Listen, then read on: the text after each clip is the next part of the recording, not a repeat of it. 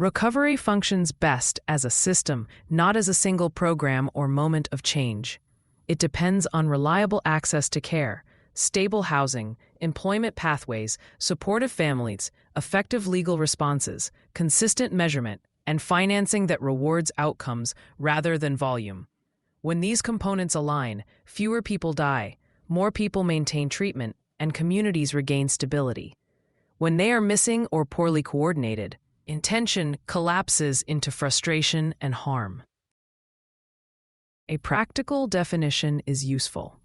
Recovery in a public sense is the sustained reduction of drug-related mortality and morbidity alongside gains in housing, employment, education, and family stability. In a clinical sense, it is durable symptom control and improved function, whether through abstinence or through verified reductions in use, combined with health and social improvements. In an operational sense, it is a network that can admit, stabilize, retain, and graduate people without long waits or repeated administrative barriers. Each lens demands infrastructure rather than slogans. Entry to care determines early outcomes. Systems that require multiple appointments before the first medication dose lose people to a dangerous supply. Intake should support walk-in and same-day starts for medications used in opioid and alcohol use disorders, combined with clear protocols for benzodiazepine co-use and for complex medical or psychiatric histories. Staff should be trained to conduct brief, structured assessments that prioritize safety risks, withdrawal management, pregnancy status, and co-occurring conditions. Pharmacy coordination reduces delays. Bridge prescriptions and rapid follow-up maintain momentum. Where geographic distance is a barrier, mobile teams and telehealth remove friction. The first 24 to 72 hours set the trajectory. A system that can respond within that window prevents avoidable deaths and disengagement. Retention requires design rather than persuasion. Appointment times should align with dosing schedules, work commitments, and caregiving responsibilities. Transportation vouchers, text reminders, brief check-ins between visits, and contingency management support attendance. Clinics that co-locate services, primary care, infectious disease screening and treatment, counseling, case management, and benefits navigation reduce drop-off between referrals. Care plans should specify who calls when an appointment is missed, who conducts outreach, and how many attempts are made before a case is parked. Medication regimens should be adjusted to symptoms, not to arbitrary ceilings. Underdosed patients disengage. Programs should accept that ambivalence is common and plan for re-engagement without ceremony when setbacks occur. Housing is central.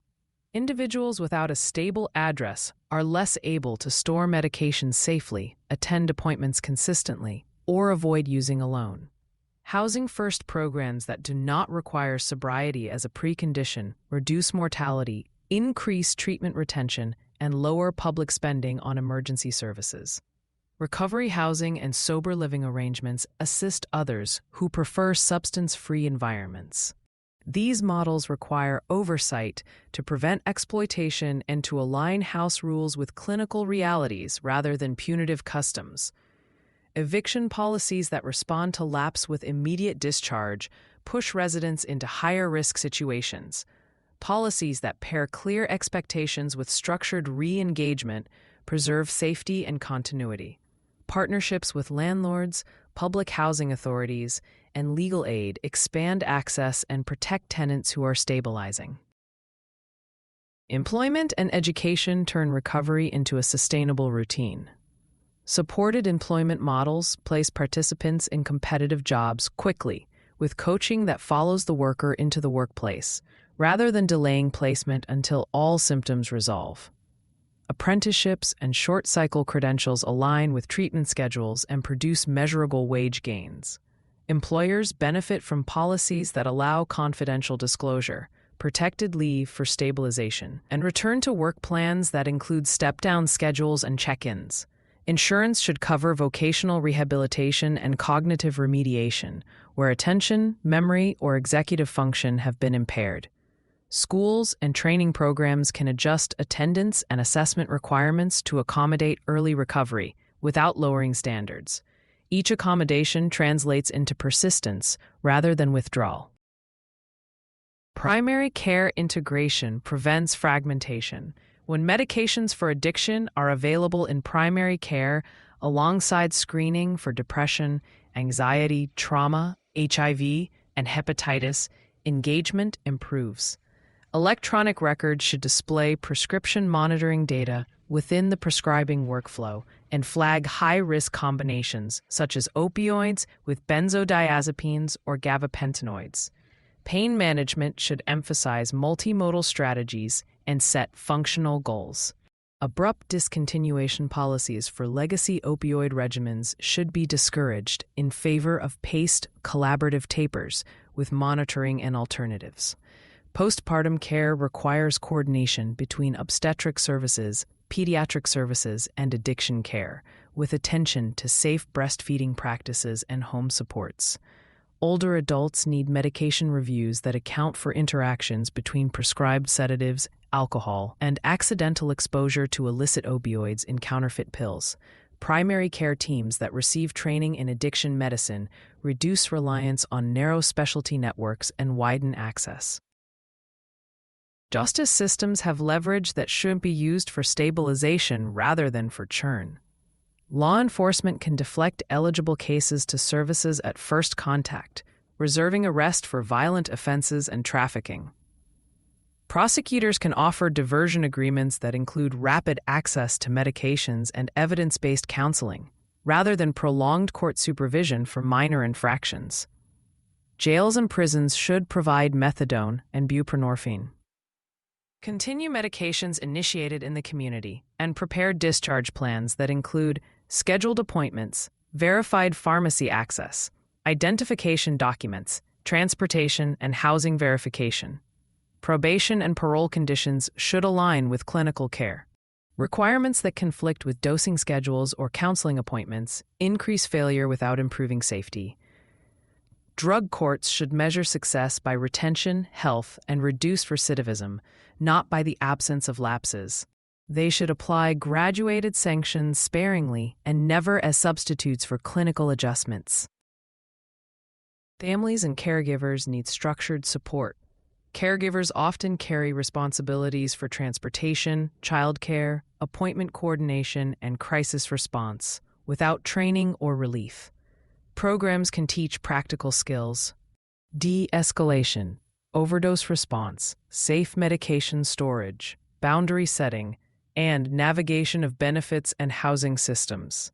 Family therapy can address role patterns that stabilized short-term chaos while prolonging long-term harm. Child welfare agencies should partner with treatment providers to maintain family bonds where safe. Removal policies that punish treatment engagement deter disclosure and drive risk underground. Kinship caregivers deserve legal and financial support comparable to that available to foster placements. Clear plans of care for infants exposed to substances should emphasize health monitoring and parenting supports rather than reflexive separation when safety can be maintained through supervision and services. Prevention must match developmental stages. Early childhood programs that support caregiver mental health, treat parental substance use, and improve family stability reduce later risk. Schools that teach emotion regulation, media literacy, sleep hygiene, and critical evaluation of peer influence prepare adolescents for credible decision-making. Programs that only deliver abstinence slogans underperform because they do not answer real questions or provide practical steps when students encounter risk. Colleges and workplaces can offer confidential screenings, brief interventions, and navigation to care. Older adults should receive screening for alcohol and sedative risk during routine visits, with attention to grief, isolation, and pain as drivers of use. Harm reduction remains essential. Widespread distribution of naloxone reduces deaths and provides a point of contact for services.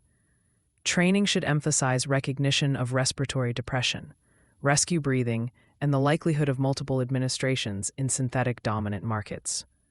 Drug checking services and alerts about local supply composition help individuals avoid the most dangerous batches and adjust behavior. Supervised consumption sites prevent death, reduce public use and syringe litter, and link participants to care. Syringe services limit infections and provide vaccination, testing, and wound care. These interventions require coordination with sanitation, law enforcement, and neighborhood groups to maintain public order and trust. Where coordination is consistent, community support increases. Measurement governs improvement. Programs should publish accessible dashboards that track retention at 30, 90, and 180 days. All-cause mortality, overdose reversals, emergency department utilization, infectious disease indicators, housing stability, employment, school attendance, family reunification, and patient-reported quality of life. Data should be disaggregated by age, gender, race, and geography to reveal inequities. Case mix adjustment should account for severity, so programs that accept higher-risk patients are not penalized. External evaluation can verify methods and prevent selective reporting. Funding should shift toward programs that demonstrate impact and away from programs that rely on anecdote or symbolic enforcement. Transparency builds public trust and helps elected leaders defend evidence-based policy shifts. Financing determines feasibility. Fee-for-service models reward volume rather than outcomes and often fail to cover care coordination, outreach, peer work, and housing navigation. Value-based arrangements can tie a portion of payment to retention, health outcomes, and social stability, provided that risk adjustment is robust and that providers are not punished for accepting complex cases. Payers should cover medications for opioid and alcohol use disorders without prior authorization and should reimburse telehealth at parity where quality is equivalent. Settlement funds from litigation related to drug distribution should be allocated to treatment, harm reduction, housing, prevention, and data systems, according to published plans and audited results. Short grant cycles should be replaced with multi-year contracts that permit workforce development and infrastructure investment. Technology can reduce friction. Telemedicine expands reach, particularly for rural regions and for individuals with mobility, caregiving, or transportation constraints. Electronic records can automate reminders, flag high-risk combinations, and simplify referral workflows. Privacy protections should be maintained while enabling care coordination across agencies through consented data sharing. Secure messaging between clinics and pharmacies prevents gaps in dosing. Overdose detection devices and smartphone applications that monitor inactivity can summon help for individuals who use alone, provided that consent and safety are assured. Technology should serve as augment, not as barrier. Programs that bury care behind portals and passwords lose the very people most at risk. Rural and urban contexts require different logistics. Rural regions benefit from hub-and-spoke models that connect a central specialty hub to community clinics, pharmacies, and mobile units. Loan forgiveness programs and housing stipends help recruit clinicians. Pharmacies can serve as key access points for medications and naloxone, where clinics are scarce. Urban regions require coordination among hospitals, shelters, libraries, transit hubs, and neighborhood organizations. High density allows for specialized services but also demands clear public communication to avoid confusion and redundancy. In both contexts, peers with lived experience bridge trust gaps and provide navigation that professionals often cannot. Culture and language shape uptake. Person-first terms prevent reduction of individuals to conditions. Public messaging should explain how to obtain naloxone, where to start medications immediately, and how to access housing support. Coverage should highlight recoveries and system successes alongside candid reporting of failures. A public that sees only disaster loses confidence and resists funding. Leadership should model clarity and humility, acknowledge trade-offs, and describe metrics that the community can verify independently.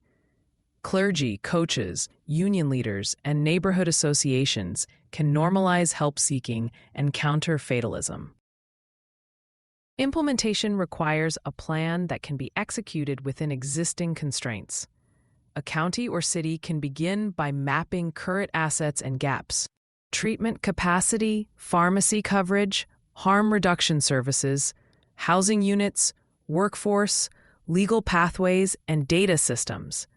A 90-day sprint can establish same-day access to medications. Expand naloxone distribution. Create a single referral number that routes calls to the appropriate provider. Standardize re-engagement protocols after missed visits. And publish the first dashboard. The next phase can focus on housing partnerships, employer agreements for return-to-work pathways, and jail-to-clinic transitions. A council of people with lived experience should guide priorities and audit whether services are accessible in practice rather than in paperwork. Budgets should be tied to milestones, with public reporting at set intervals. Specific clinical practices turn principles into routines. Low-dose buprenorphine initiation protocols allow transition from high-potency opioids without requiring full withdrawal. Methadone programs can expand hours and streamline intakes to reduce waitlists. Alcohol use disorder can be treated with medications that reduce reward or block receptors, combined with counseling and social supports. Benzodiazepine dependence requires slow tapers with cross-titration strategies, sleep interventions, and anxiety treatment, rather than abrupt discontinuation.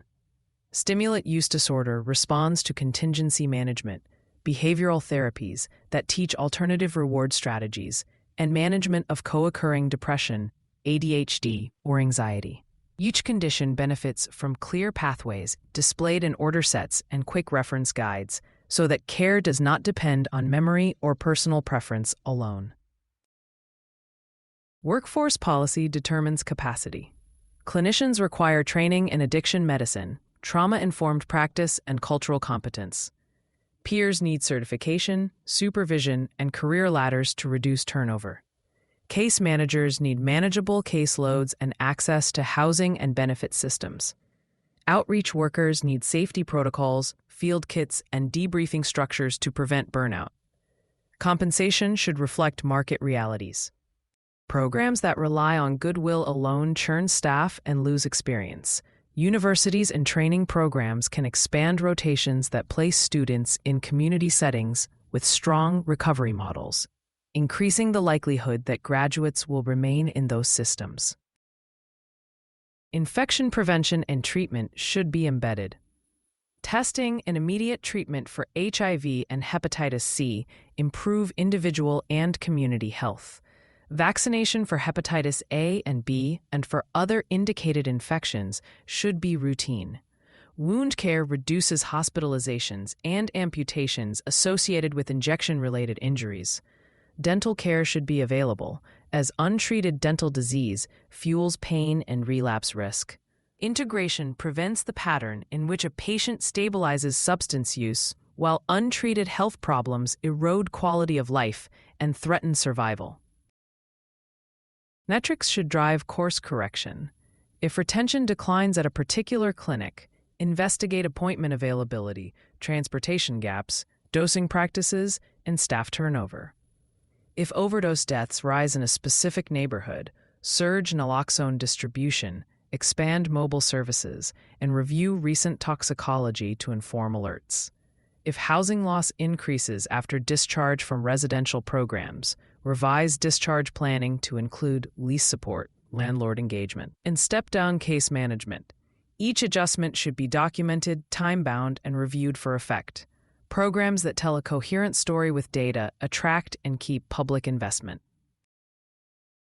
Governance structures prevent drift. An interagency board with representation from health, housing, Justice, education, labor, and community organizations can align policy and budget. The board should meet on a set schedule, publish minutes, and maintain a public dashboard. Conflicts between agencies should be resolved with reference to agreed-upon goals. Fewer deaths, higher retention, more stable housing, more employment, and safer public spaces. When trade-offs arise, explicit criteria should guide decisions. Transparency reduces suspicion that changes are performative rather than substantive. Equity must be explicit. Data should reveal whether particular groups wait longer for care, receive different medications, experience higher rates of sanction, or lose housing more often after lapses. Corrective actions might include language access, clinic location changes, outreach to specific neighborhoods, staff training, and targeted hiring. Equity reviews should be routine rather than exceptional. Unequal systems cannot produce equal outcomes, and unequal outcomes erode legitimacy. Public order and compassion are not opposites. Disorder in public spaces is a legitimate concern for residents and businesses. Evidence-based responses reduce disorder by reducing overdose in restrooms and alleys, by relocating consumption to supervised settings, and by expanding housing options. Enforcement should focus on violence and exploitation, not on survival behaviors that can be redirected through services. Communication with neighborhood groups should be regular, specific, and oriented toward joint problem-solving, rather than toward denial of concerns. Over time, the goal is ordinary life. That means stable mornings, predictable work or study, reliable sleep, regular meals, safe relationships, and manageable finances. Systems should measure progress toward these outcomes and design services that support them. Celebrating only abstinence overlooks the broader social conditions that make abstinence durable. Celebrating only survival ignores the potential for thriving. Balanced recognition keeps momentum without romanticizing either struggle or success. A realistic recovery system does not promise ease. It promises access, continuity, fairness, and measurable improvement. It treats addiction as a condition that intersects with housing policy, labor policy, education, healthcare delivery, and justice, not as a siloed domain. It funds the unglamorous pieces that make the visible pieces work. Data analysts, care coordinators, building leases, transportation contracts, pharmacy relationships, and after-hours coverage. It expects relapse and plans for return. It learns from error without abandoning participants to error's consequences. It defines success in public terms that residents can verify without expert translation. When recovery is understood this way, communities move beyond argument toward assembly. Clinics open at hours that match need. Housing stock grows. Employers sign agreements that protect and reintegrate. Courts measure what matters. Families receive tools instead of lectures. Dashboards report progress and gaps. Budgets follow results. Lives stabilize. The subject remains serious. The response becomes equally serious, visible in the routines of a city or county that has chosen competence over theater.